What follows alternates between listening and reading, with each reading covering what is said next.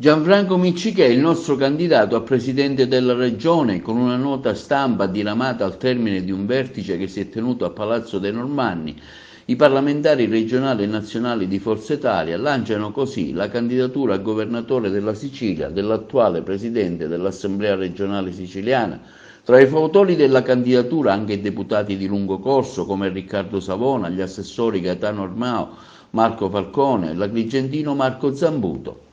L'uscita da parte del gruppo parlamentare dell'Ars, cristallizzata in una nota stampa diramata, è comunque un vero e proprio guanto di sfida nei confronti dell'attuale presidente Musumeci. È stata formalmente proposta per le prossime elezioni regionali, è scritto nella nota, la candidatura a governatore dell'onorevole Gianfranco Miccichè.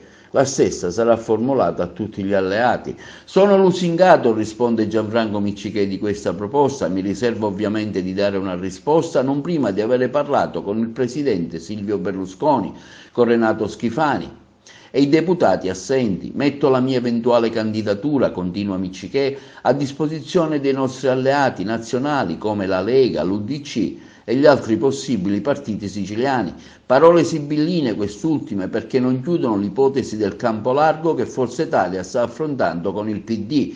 Infine, cosa tutt'altro che irrilevante, non vengono menzionati né Fratelli d'Italia della Menoli né Diventerà Bellissima di Musumeci.